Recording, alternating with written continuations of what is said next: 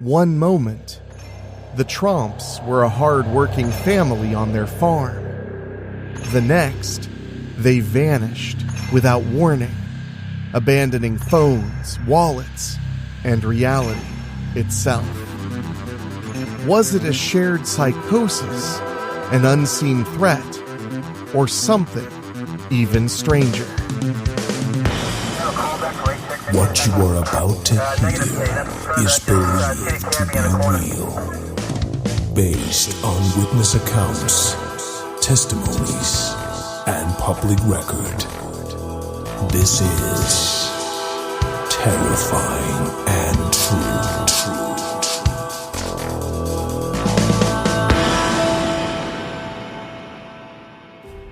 In the final days of August 2016, the Tromp family fled their home without warning, leaving behind their phones, their money, and all sense of reason. For 5 days, they vanished into the Australian wilderness, hunted, they believe, by forces unseen. As fear overtook them, the family fractured, each member spiraling deeper into confusion and terror. What drove the Tromps to abandon everything they knew? Tonight, we follow a trail of paranoia, silence, and madness. So make sure you're subscribed. We'll tell that story after this.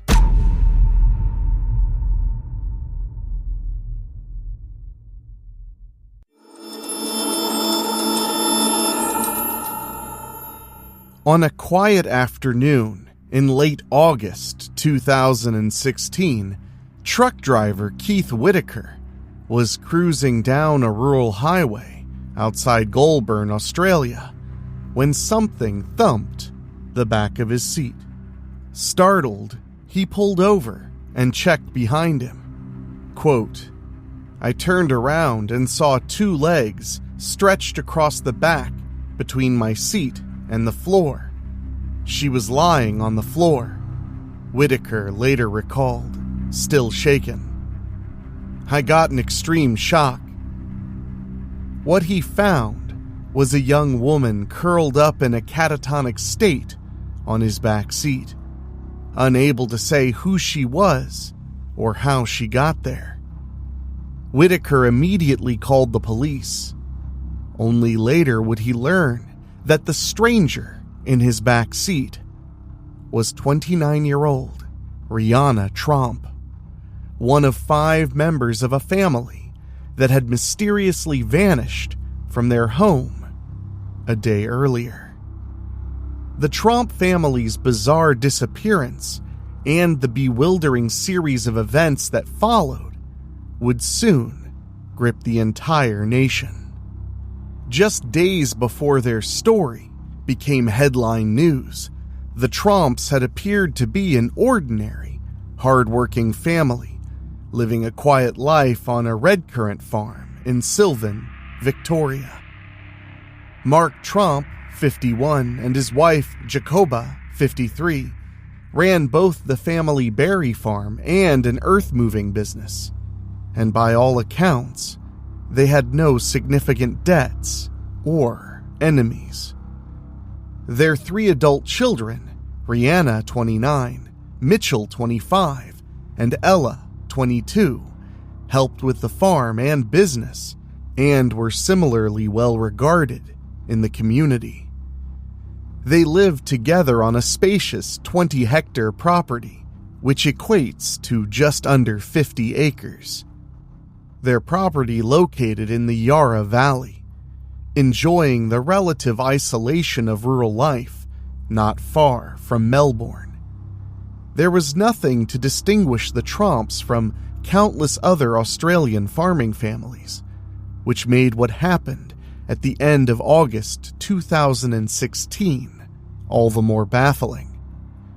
Without warning, the Tromps fled their home in a panic.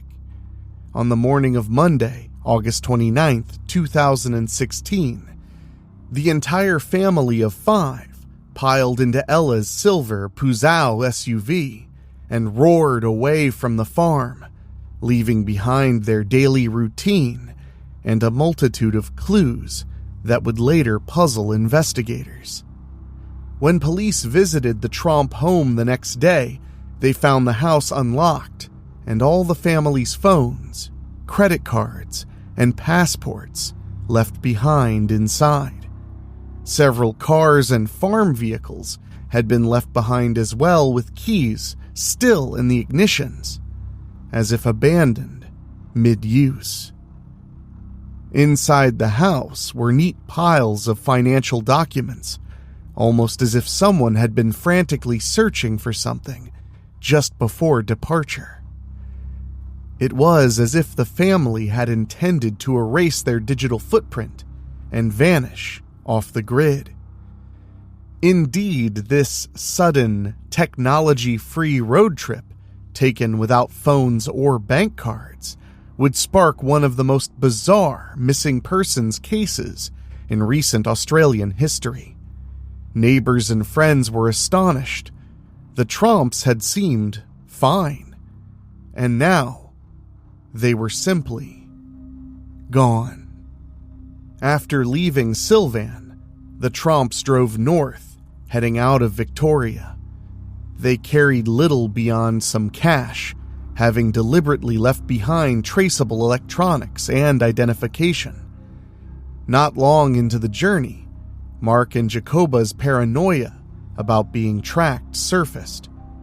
Around 32 kilometers from home, Father Mark insisted that Mitchell throw his mobile phone out the car window, fearing it could be used to locate them. Mitchell complied under pressure, and the family continued barreling towards the New South Wales border with growing unease in the car. As the hours passed and the Tromps pressed further north, the adult children began to sense something was very wrong. Whatever fears or delusions had gripped their parents were only getting worse. By early the next morning, Tuesday, August 30th, 25-year-old Mitchell Tromp's patience snapped. Roughly 800 kilometers, or 497 miles from home, near the town of Bathurst in New South Wales, Mitchell quietly abandoned the road trip.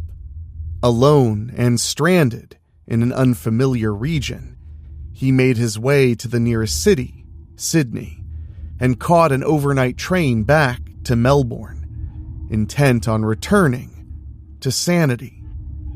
Quote, "I didn't feel in danger," Mitchell later explained of that moment, "but I had to go with the family at first because I wanted to see where they were going. It was tough to see your family like that." Now, seeing no end to his parents' panic, he decided, quote, getting out was the best idea at the time.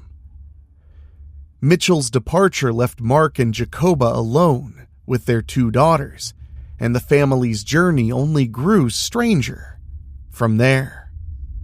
A short time after Mitchell left, the Tromps arrived at the famed Genolan Caves in the Blue Mountains. There, 22-year-old Ella and 29-year-old Rihanna made their own break for freedom. Sensing that their parents' mental state was deteriorating, the sisters devised a quick escape. They stole a parked car and took off, leaving Mark and Jacoba behind at the caves. The two young women drove the stolen vehicle southward toward home, but together they were also struggling under the weight of the paranoia that had infected the family. By the time they reached the town of Goulburn, New South Wales, Ella and Rihanna's paths diverged in dramatic fashion. In a panicked state, the sisters separated from each other, each proceeding alone.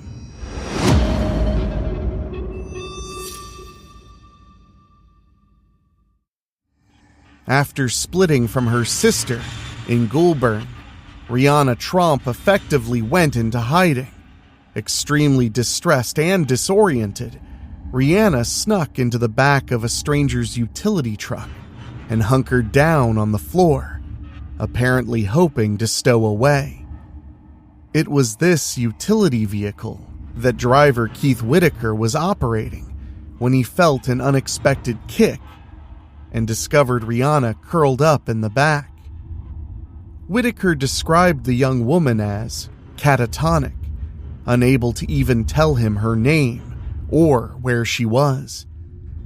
Thanks to his call, police soon arrived to take Rihanna to the local hospital in Goulburn, where she was treated for stress-induced exhaustion and mental distress. News that an unknown woman in a near-fugue state had been found only deepened the mystery for authorities, who had just begun to realize they were dealing with a family gone missing under bizarre circumstances. Meanwhile, Ella Tromp was racing back toward Melbourne alone, still behind the wheel of the stolen car. She was determined to get home to the farm in Sylvan. By Tuesday evening, August 30th, Ella succeeded. She drove 600-plus kilometers, or 372 miles, straight through and arrived back at the now deserted Tromp family property. There, she was met by police who had come to investigate after learning the parents, Mark and Jacoba, were missing. After the siblings raised the alarm, exhausted and confused, Ella could offer little insight into what had driven her family to flee. Quote, "It is very confusing. I still feel confused," she admitted to reporters later, struggling to articulate the chaos of the past 2 days. Ella did mention one practical reason for her urgent return. Quote, "I needed to get home to feed my horses," she said, as if routine farm chores were a tether to reality amid the madness. With Ella safe at home and Rihanna recovering in a hospital, 3 of the Tromp children had now either escaped or been rescued from this unusual odyssey. But their parents were still out there, on the run and deep in the throes of fear. After being left behind at Jenolan Caves by their daughters, Mark and Jacoba Tromp became a 2-person fugitive pair. The couple, still convinced they were in peril, did not contact authorities or family. Instead, they continued their strange, rambling journey. Evidence later showed that Mark and Jacoba doubled back toward Victoria. By Wednesday, August 31st, their vehicle, Ella's Puzao, had traveled hundreds of kilometers southwest and was spotted around Wangaratta, a country town back across the Victorian border. There, late that night, the Tromp parents' erratic behavior gave locals a fright. A young couple driving through Wangaratta reported being aggressively tailgated by a man in a silver Puzao. When they pulled over in alarm, the pursuer stopped as well. A tall, wild-eyed figure believed to be Mark Tromp jumped out and sprinted toward them, only to suddenly halt in the middle of the road. Under the flicker of headlights, he simply stood and stared at them in silence before turning and wandering off into the darkness of a nearby park. It was a chilling encounter for the unsuspecting couple, and when police later learned of it, they too were unnerved. The sighting suggested that Mark was still in the grip of whatever terror had driven him from home. By dawn of Thursday, September 1st, the Tromp case had become a full-scale missing person investigation. With Rihanna and Ella found and Mitchell safely back in Sylvan, he had returned home by train on Wednesday morning, attention turned to locating the still missing parents. Mitchell took the extraordinary step of appearing on live television to appeal for help in finding his father. Flanked by police on Channel 9's Today Show, the 25-year-old described Mark's fragile mindset. Quote, "He's scared that people are after him. He's not in a good state of mind," Mitchell told the national TV audience, hoping someone might spot his dad. He emphasized that his father was, quote, "fearing for his life," for reasons unknown, and urged Mark to come home. Mitchell himself seemed baffled by the situation. Quote, "I've never seen anything like it.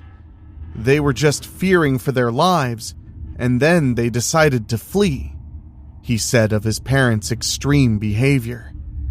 His on-air plea underscored how surreal the ordeal had become.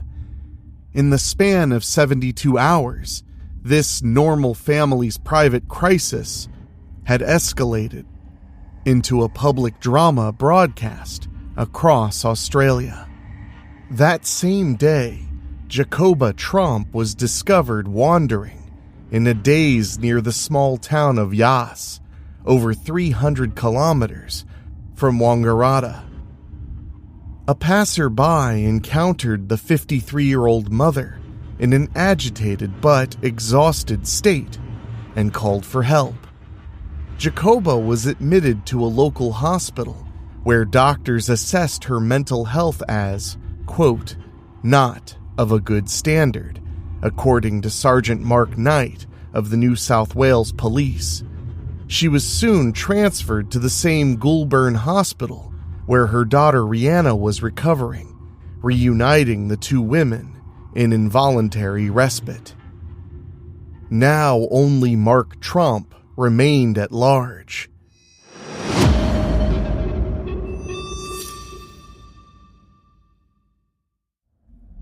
Back in Wangaratta, police had found the abandoned Puzhou and noted signs that Mark had been camping rough in the area. There were even reports of break-ins at local properties during those days, with stolen food or water suggesting Mark might have been scavenging to survive. Officers, joined by Mark's brother, scoured the forests and back roads, aware that Mark was likely in a disturbed and paranoid state and could be hiding or on the move. Finally, on Saturday, September 3rd, the search for Mark Tromp came to an end. A motorist spotted a disheveled man running along a road on the outskirts of Wangaratta that evening and alerted authorities. Police converged and confirmed it was indeed the missing patriarch. After 5 days on the run, 51-year-old Mark Tromp was found safe. Relieved, officers noted that aside from dehydration and fatigue, he seemed physically unharmed. Mentally, however, Mark appeared confused and wary. As police escorted him to a station, a throng of media had gathered, eager for answers to this unfolding mystery. Mark offered none. Instead, he wordlessly flipped a middle finger to the cameras from the back of a police vehicle as he was whisked away. It was a defiant, oddly comical gesture, the first public hint of the farmer's personality, beyond the paranoia. The Tromp family's strange odyssey was over, but the question remained: what on earth had caused it in the first place? With all 5 family members located alive, the Tromp saga shifted from an active search to an active investigation into why it all happened. The family's behavior had been so inexplicable that even police were at a loss. Quote, "This is just a massive meltdown, I'm sure of it," Sergeant Mark Knight remarked. Something triggered them. Despite extensive interviews, authorities could not pinpoint any external threat or event that would justify the Tromps' fearful flight. No evidence emerged of anyone actually chasing or targeting the family. As one officer flatly stated, the family was never in any real danger. The prevailing theory soon became that the cause was internal, a kind of group mental breakdown. Early speculation ran wild. Some observers wondered if chemical exposure on the family's farm, perhaps pesticides or carbon monoxide, had induced hallucinations or delusions. Others floated the idea that the Tromps were hiding from financial trouble or criminal entanglements, but investigators found no debts or enemies to speak of. Both of those theories were quickly ruled out, and no secret pursuers or vendettas ever came to light. Instead, attention turned to the psychological. It became increasingly clear that Mark Tromp, the family patriarch, had been under immense stress. Later, in a rare interview, Rihanna would confirm that in the lead-up to their flight, a, quote, buildup of stresses had caused her father to suffer a mental breakdown so intense he truly believed someone was after him. But that still left a haunting question. Why did the rest of the family go along with it? Psychologists suggested the Tromps might have experienced a phenomenon, folie à deux, or in this case, folie à famille, a shared psychosis among close relatives. In such cases, one person's delusions can be contagious to those around them. Over 90% of recorded cases of folie à deux involve immediate family members or couples in extremely close contact. The Tromps fit that profile. A tight-knit family that lived and worked together constantly. Quote, "You do start thinking the same," Rihanna observed about her family's mental state during the ordeal. Small stresses and fears had amplified within their family bubble until reality itself was distorted. Quote, "You have a few things and they do build up. You can get sick in some way," she said, hinting at how their collective anxiety may have fed on itself. It's believed that Mark's paranoia, whether rooted in a real incident or completely unfounded, became a sort of shared delusion that spread to Jacoba and, to a lesser degree, the children. Even so, the Tromp children maintained a degree of independent thinking throughout the episode, which may be why they eventually separated and sought help. Mitchell never fully bought into the belief that the family was in danger, though he stayed with his parents for a time out of concern.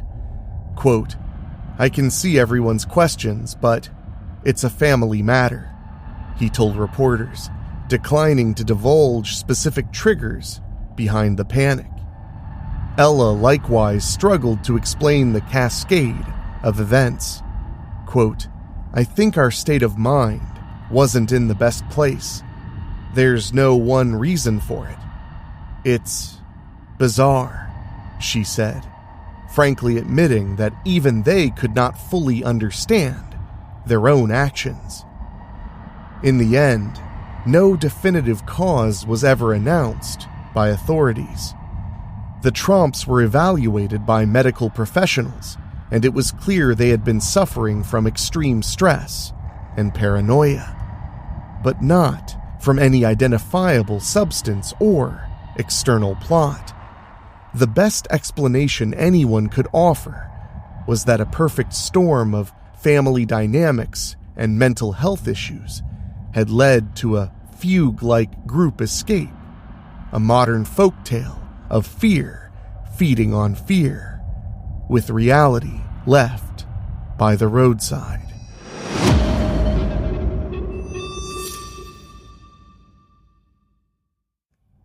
Once Mark Tromp was found and reunited with his family, the immediate crisis subsided. But the public's fascination with the case was just beginning. The story of the runaway Tromps dominated Australian news cycles in early September of 2016.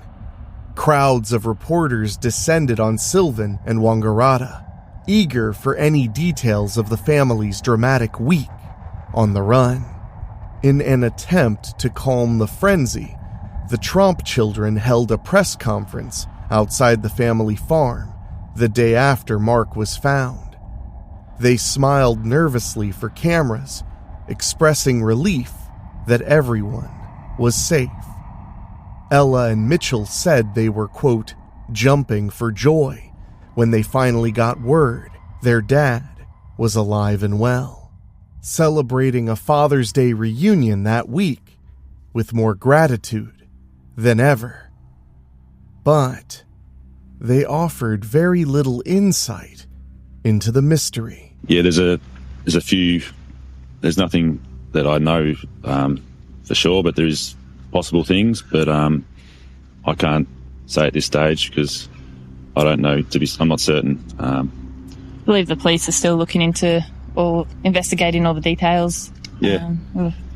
Can you tell us how you came to actually get in the car on that Monday and start off on this trip? I think it's just quite a confusing story.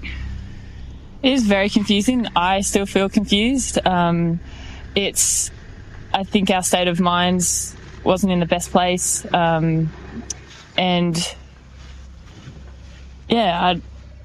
hard to explain. Really, there's no bizarre, one reason for it. It's, bizarre. Yeah. Did you both feel that you were in danger at that moment when you left?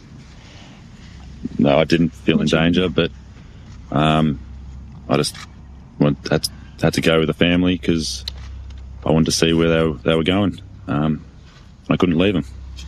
But, yeah, it was tough to see your family like that, and I've never seen anyone like it. But the main thing is they're okay now.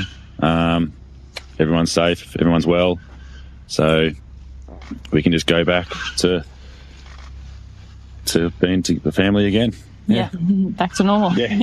To the countless questions about why the ordeal happened, the siblings politely held their ground. It was a private family matter, and they would not be elaborating.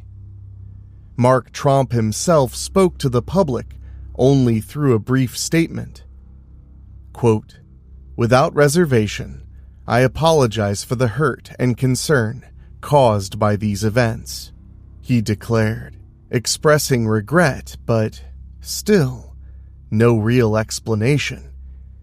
He alluded to the family having gone through a difficult period and asked for privacy as they healed and tried to make sense of what had happened. Jacoba and Rihanna, after spending several days recovering in the hospital, were discharged and reunited with the rest of the family in Sylvan. In the weeks that followed, the Tromps intentionally retreated from the spotlight. They declined interview requests and were rarely seen in town. Mental health professionals provided support, and the family began the slow process of returning to normal life on their farm. In an odd footnote, local authorities did consider legal consequences for some of the Tromps' actions. Ella was initially charged with car theft for the vehicle she and Rihanna had commandeered, but given the extraordinary circumstances, the owner of the car withdrew the complaint, and charges were dropped. No other charges were filed. After all, the Tromps had mainly committed the crime of scaring everyone, including themselves. If the Tromp family wanted life to go back to normal, the public was not ready to let the story go. The mystery road trip of this ordinary family captured Australia's imagination. The media dubbed it the most bizarre family disappearance in recent memory, and in the months and years afterward, the case attained a kind of folklore status. It was discussed on talk shows, scrutinized in online forums, and even inspired podcasts and TV dramatizations. People swapped theories about folie à deux and shared memes about going full Tromp. Amid the jokes and conjecture, however, there was a genuine sense of collective relief and curiosity.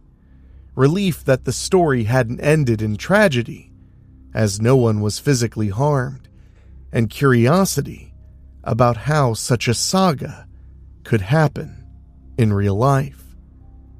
The Tromps' plight opened up conversations about family mental health, stress in farming communities, and how fear can become infectious when behind closed doors.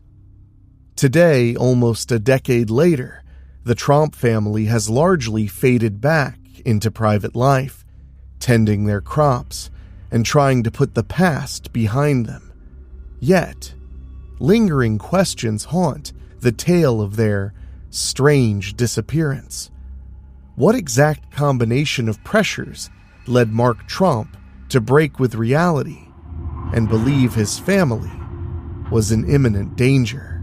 Why did this fear prove so persuasive that 4 other rational adults followed him down that rabbit hole? And could it happen again to someone else? These questions nag at anyone who hears the story. The Tromps themselves haven't publicly shed much more light on their harrowing road trip. Quote, "Everyone is safe, everyone is well, so we can just go back to being a family again," Mitchell said hopefully after their reunion. And indeed, the family has carried on tight-knit and resilient, as if willing away the specter of that week in 2016. Still, the Tromp family's flight from their home remains an unsettling enigma. In the end, it seems, the only people who will ever fully understand what happened in those 5 days are the Tromps. The rest of us are left to piece together the clues they left behind. The abandoned phones and scattered papers, the cryptic quotes about people after us and no one reason for it. And accept that some mysteries have no neat resolution. The Tromps drove into the Australian wilderness as a loving family, gripped by an inexplicable panic, and they returned chastened and unified, but silent about the demons they faced on the road. Their story stands as a haunting reminder of how thin the line between normalcy and madness can be, even for a family that seemed perfectly ordinary. The Tromp family's strange disappearance may be over, but the questions it raised still hang in the air, unanswered and unnerving, like a half-remembered nightmare that refuses to fully fade away. Terrifying and True is narrated by Enrique Couto. It's executive produced by Rob Fields, Mark Shields, and Bobbletopia.com. And produced by Dan Wilder, with original theme music by Ray Mattis. If you have a story you think we should cover on Terrifying and True, send us an email at weeklyspooky@gmail.com. And if you want to support us for as little as $1 a month, go to weeklyspooky.com/join. Your support for as little as $1 a month keeps the show going And speaking of, I want to say an extra special thank you to our Patreon podcast boosters, folks who pay a little bit more to hear their name at the end of the show. And they are Kate and Lulu, Jessica Fuller, Johnny Nix, Jenny Green, Amber Hansford, Brent McCullough, Karen Weemet, Jack Kerr, and Craig Cohen. Thank you all so much, and thank you for listening. We'll see you all right here next time on Terrifying and True.